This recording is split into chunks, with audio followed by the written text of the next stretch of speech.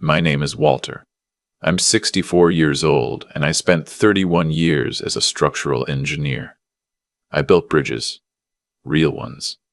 The kind that hold 18-wheelers crossing frozen rivers in Minnesota winters. I understood load-bearing capacity, stress fractures, and the exact moment a structure would fail.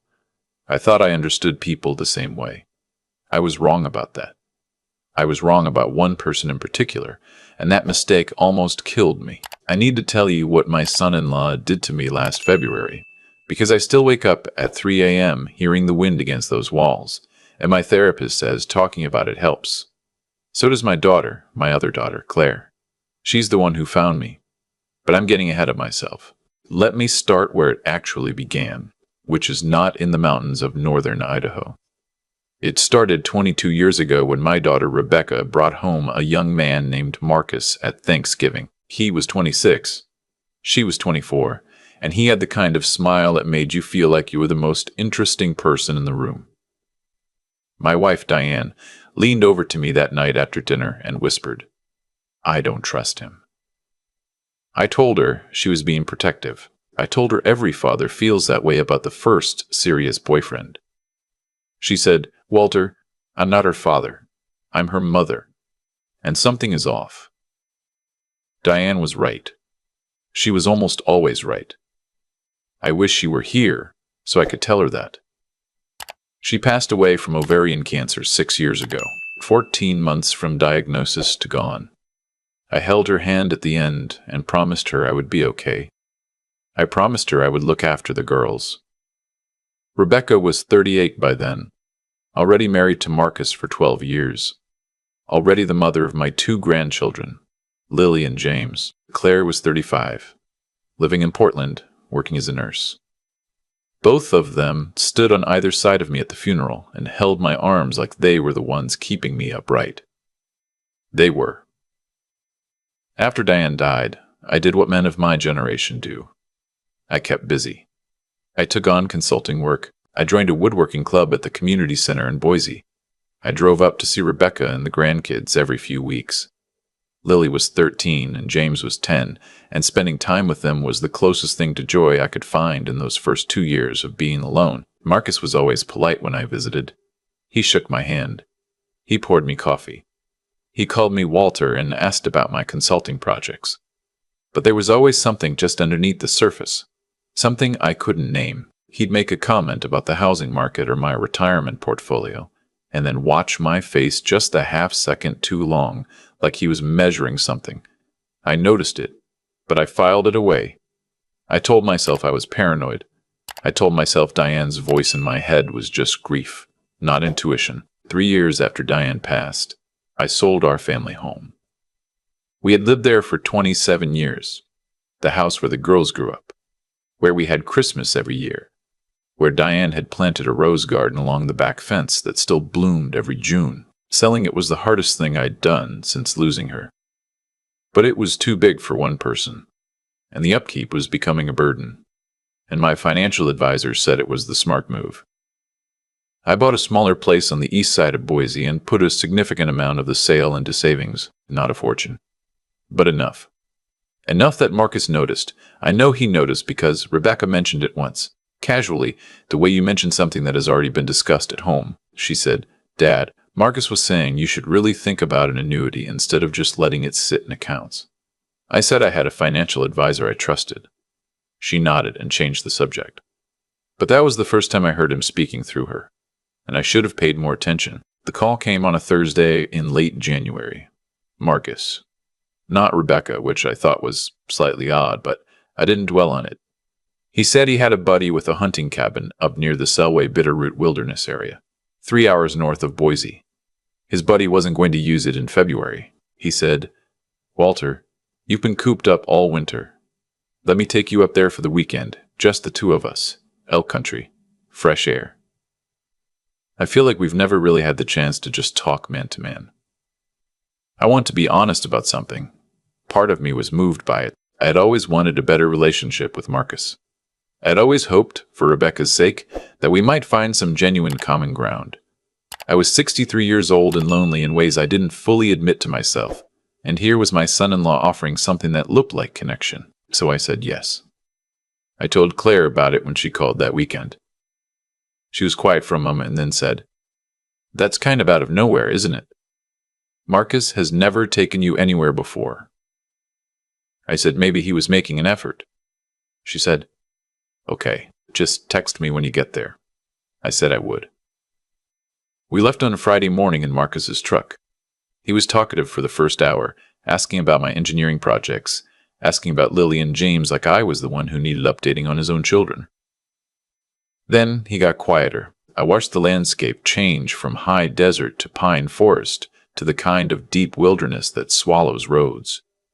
We turned onto a Forest Service road around noon and drove another 40 minutes into the trees. The snow was heavy on both sides. The sky was the flat white of a system coming in. The cabin was small, one main room with a wood stove, a narrow kitchen area, a cot, and a bathroom with a toilet and a sink. A covered woodpile sat outside next to a small generator shed. Marcus carried in a cooler with 2 days of food and made a point of showing me the stacked wood, the extra blankets, the emergency candles on the shelf. He was thorough. He was almost theatrical about it now that I think back. We had dinner that first night, canned chili he heated on the propane stove, and we talked longer than we ever had before. He asked about my career. He asked about how I met Diane. He asked about the early years of raising Rebecca and Claire, and he listened the way a person listens when they're gathering information rather than enjoying conversation. But I was grateful for the attention. I was a 63-year-old widower eating chili in a cabin in the Idaho wilderness with his son-in-law, and for a few hours I felt like things were going to be okay. I went to bed early. The cot was narrow and the wood stove had cooled by midnight, and I woke up around 6 to a sound I recognized immediately, the particular silence of heavy snowfall. I lay there for a moment listening to it, that muffled, pressurized quiet. And then I noticed something else. The cabin was too still. No sounds of another person breathing, shifting, moving. I said Marcus's name. Nothing. I got up and went to the main room. His sleeping bag was folded on the floor with a precision that told me he hadn't slept in it. His duffel bag was gone. His coat hooks by the door were empty. I went to the window and looked out, and the truck was gone. 2 shallow ruts in the fresh snow already filling in. The snow was coming down hard and sideways. The Forest Service road we had come in on was invisible. I tried the door. The handle turned, but the door didn't move. I put my shoulder into it. Nothing. I looked more carefully and saw the latch plate on the outside frame, a hasp and padlock I hadn't noticed on the way in because it had been open. He had locked the door from the outside. I want to tell you what that moment felt like, but I'm not sure I have the right words for it. It wasn't panic, not at first. It was something colder than panic, a kind of terrible clarity, like watching a bridge calculation resolve into a number that means structural failure. The math was suddenly simple and awful. I was alone, locked in a blizzard 3 hours from the nearest town, and the only person who knew I was here had just driven away. I checked my phone, no signal. I had known service would be limited out here. Marcus had mentioned it on the drive up, casually, as if it were just a minor inconvenience. I had thought nothing of it at the time. I tried the windows. There were 2, one on the north wall and one on the east. Both had been nailed shut, not the original hardware, but fresh nails driven at an angle through the frames into the sills, 8 or 10 of them each. Recent work. Sawdust was still caught in the corner of the east windowsill. He had done this before we arrived, or he had woken up hours before me to do it that morning. That's when I found the note. It was on the kitchen shelf, tucked under the box of emergency candles like he'd placed it as an afterthought. Or maybe so I'd find it only after I'd tried everything else. It was written on a piece of notebook paper in Marcus's handwriting, which I recognized from birthday cards and grocery lists Rebecca had texted me pictures of over the years. It said, "Walter, by the time you read this, the road will be gone. Nobody comes up here in February. The generator has no fuel. I drained it. The woodpile will last 2 days. Maybe 3 if you're careful. But the storm coming is 4 days minimum. I checked the forecast before we left. I want you to know this isn't personal. You've always been decent to me, but Rebecca's share of what you have is the difference between our family being okay and not okay. The policy is enough. It'll look like exposure. An old man who went out for wood and got disoriented. I'm sorry. I read it twice. Then I set it back down very carefully because some part of my engineer's brain understood that it was evidence and that evidence needed to be preserved. Then I sat down on the cot for about 2 minutes and allowed myself to feel what I was feeling, which was a grief so specific and strange that I can't fully explain it. Not fear of dying, not yet, but the grief of understanding that someone had sat across from me the night before, asking about my wife, asking about my daughter's childhoods, while already knowing what the morning would look like. The intimacy of that deception was its own particular cruelty. Then I stood up, because I am 63 years old, and I was a structural engineer for 31 years, and I have spent my career solving problems under pressure, and I was not going to sit on a cot and wait for a man like Marcus to be right about me. Here is what I did. And I want to be specific, because the people who've asked me about this deserve a real answer. The nails on the windows were his first mistake. He'd nailed them shut, yes, but he'd used common nails, not screws, and he'd driven them into pine framing. I found a claw hammer hanging on a nail by the wood stove, the cabin's own tool, which he'd apparently not thought to remove. It took me 25 minutes of careful work to back out the nails on the east window without breaking the glass, because broken glass in a blizzard creates its own problems. I got the window open about 8 inches before the frame swelled from the cold and stuck. 8 inches was enough. I reached through with the hammer handle and knocked loose the hasp on the padlock. Not the lock itself, but the screws holding the hasp plate to the door frame. 4 wood screws that had been there for years and were sitting in soft wood. I worked blind, by feel, for about 40 minutes. My arm went numb to the elbow, but the hasp came free and the door opened. Now I was out, but the storm was serious. Wind driving snow horizontally. Visibility maybe 30 feet. Temperature I later learned was 11 degrees Fahrenheit, with the wind chill well below 0. I was wearing my long underwear, wool socks, a heavy flannel shirt, and my Carhartt jacket.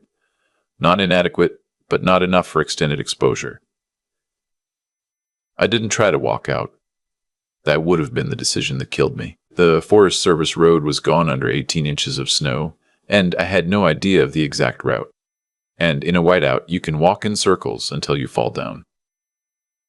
I knew this. Instead, I did 3 things in order of priority. First, I got wood from the covered pile and got the wood stove running hot. Heat was survival. Everything else was secondary. Second, I found the generator shed and confirmed what Marcus had written. He had drained the fuel tank. But in the shed, behind a plastic shelving unit, I found a 2-gallon metal gas can, the kind people leave at cabins for exactly this situation. It was about a third full. Not enough to run the generator long, but enough for one purpose. Third, and this is the part that saved my life, the bathroom sink had running water. This is something several people have asked me about. And I want to be clear, I never had to melt snow for water. The cabin had a gravity-fed water line from a small holding tank on the roof, insulated, and it was still flowing. I had water. Marcus had either not known about this system or not thought about it, which told me something important. He had planned this with cruelty, but not with expertise. He knew enough to strand me. He didn't know enough to guarantee it. I rationed the wood carefully. I kept the stove at the minimum temperature to stay functional rather than comfortable. I slept in all my clothes with both blankets and my jacket. I ate what was in the cooler slowly. He had left 2 days of food, perhaps intentionally, perhaps because removing it entirely would have seemed suspicious if anyone looked before the snow covered his tracks. I ate 1 meal a day. On the second night, the wind began to shift, which told me the system was moving faster than Marcus's 4-day forecast. By the morning of the 3rd day, the snow had stopped, and the sky was the brutal clear blue of a past front. I used the remaining fuel in the gas can to run the generator for 40 minutes, which gave me enough power to charge my phone to 30%. At this elevation, in this clearing, With the storm gone, I had 2 bars of service. I called Claire first. I don't entirely know why. Maybe because she had been the one who told me to text when I arrived, and some part of me felt like I owed her the call I hadn't made. She answered on the second ring. I told her where I was in as few words as possible. I told her about the note. She didn't say anything for a moment, and then she said, "I'm calling 911 right now. Stay on with me." I said, "Okay." She said, "Dad, I told you." I said, "I know, sweetheart, I know." The Lemhi County Sheriff's Office reached me by snowmobile about 4 hours later. 2 deputies, both younger than my youngest pair of boots. They came through the trees, and I was standing on the cabin porch, and one of them looked at me and said, "Sir, are you Walter Marsh?" I said I was. He said, "Your daughter has been calling every 15 minutes for 4 hours." I said that sounded right. I handed them the note before they asked for it. I told them to be careful with it. One of them put it in an evidence bag, and the other one helped me onto the back of the snowmobile, and I held on and watched the cabin disappear behind the trees. And I thought about Diane. I thought about what she had said about Marcus 22 years ago. Standing in our kitchen, keeping her voice low so the girls wouldn't hear. Something is off. She was right. She was always right. Marcus was arrested at his and Rebecca's home in Boise 36 hours after the deputies found me. He had apparently spent the intervening time behaving normally, going to work, picking up Lily from volleyball practice, making dinner. The detective who interviewed me later said this was not unusual. People who do calculated things tend to be calm afterward. It's the ones who act on impulse who fall apart. Rebecca called me from her sister-in-law's house the night Marcus was arrested. She was not calm. She kept saying she didn't know, and I believed her. I believe her still. She is my daughter, and she is not her husband. And she had been living with a man she thought she understood, just as I had spent an evening talking to a man I thought I was beginning to understand. We were both wrong. The difference is that only one of us was the target. The legal process took 14 months. I will not walk through all of it because it is still difficult, and because some of it involves my grandchildren in ways I'm not going to discuss publicly. What I will tell you is that Marcus was charged with attempted murder and convicted on that charge after a 4-day trial in which his own note was entered into evidence and read aloud to the jury. His defense argued that the note was hypothetical, a dark-humored journal entry, something he hadn't actually intended. The jury deliberated for 6 hours. They did not find this argument compelling. He is currently serving 18 years at a facility in southern Idaho and will be eligible for parole when he is 61 years old. My grandchildren will be adults by then. Rebecca and the kids moved into a rental near Claire in Portland. She is in therapy. The kids are in therapy. The kids are in therapy. I see them on alternating holidays and every summer for 2 weeks. And Lily, who is now 17 and wants to study environmental law, sometimes calls me on Sunday evenings just to talk. Those calls are among the best parts of my week. I sold my house in Boise and moved to a smaller town in eastern Oregon, where I don't know very many people yet, but the mountains are visible from my kitchen window, and the woodworking club meets on Tuesday nights, and the people there are exactly the kind of people who don't ask too many questions and don't need you to explain yourself. I have started sleeping through the night again, mostly. The 3 a.m. wakings come less often now. There are things I think about that I haven't been able to stop thinking about. I think about the moment Marcus poured me coffee in that cabin on Friday evening and looked at me across the table and asked how Diane and I had met. I told him about the summer of 1984, a party at a friend's house, her yellow dress, the way she laughed at something I said, and then looked surprised that she had laughed. He nodded like he was genuinely moved. And maybe some small piece of him was. I don't know. I'm not interested in understanding what was happening inside Marcus. I spent too many years trying to understand structures that weren't worth understanding. What I think about more is the hammer. The one hanging on the nail by the wood stove that he didn't take with him. I've thought about this many times. Was it an oversight? Was it some piece of him that couldn't quite complete what he had planned? Was it simply a mistake? The kind of mistake that people make when they're more confident than they should be? I am an engineer. I have spent my career accounting for things people forget. low tolerances, material fatigue. The way a bolt seated wrong will hold for years before it doesn't. Marcus thought he understood the structure. He thought he had accounted for every variable. He had not accounted for a claw hammer on a nail, or a gravity-fed water line, or a third full gas can behind a shelving unit, or the fact that 63-year-old men who have spent their lives solving problems tend to keep solving them even when they are cold and afraid and have just read something devastating. He had also not accounted for Claire. I want to say one more thing before I finish, because it is the thing that has taken me the longest to figure out how to say. When I came out of that cabin on the third morning after the storm with the sky that impossible blue, and I stood on the porch and looked at the trees and the snow and the absolute silence of that wilderness, I felt something I did not expect to feel. Not relief, not yet. Something quieter than that. A kind of gratitude so large it had no specific object, just the fact of being upright, being warm enough, being present in a world that was still making the sounds it always makes, the wind through the pines, the creak of a branch weighted with snow. I have been angry since then. I have been sad. I have had the 4 a.m. fear. I have had days where I thought about what my granddaughter would have been told. Grandpa went out for wood and got disoriented. And I have had to put that thought down carefully, the way I put down the note, because it is too heavy to hold for very long. But I have also had Tuesday nights at the woodworking club and Sunday phone calls with Lily in the kitchen window with the mountains in it. I have had the ordinary, irreplaceable fact of still being here. Marcus calculated my value in dollars and came up with a number he thought was worth what he was planning to do. He was wrong about the math. He was wrong about the structure. He was wrong about what I was built to withstand. My name is Walter. I'm 64 years old.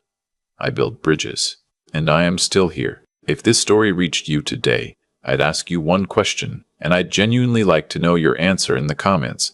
If someone you trusted completely showed you exactly who they were, not gradually, but all at once, in a single moment, do you think you could ever fully trust anyone again? I've been sitting with that question for 14 months. I think I'm getting somewhere close to an answer, but I'm not there yet. Thank you for listening.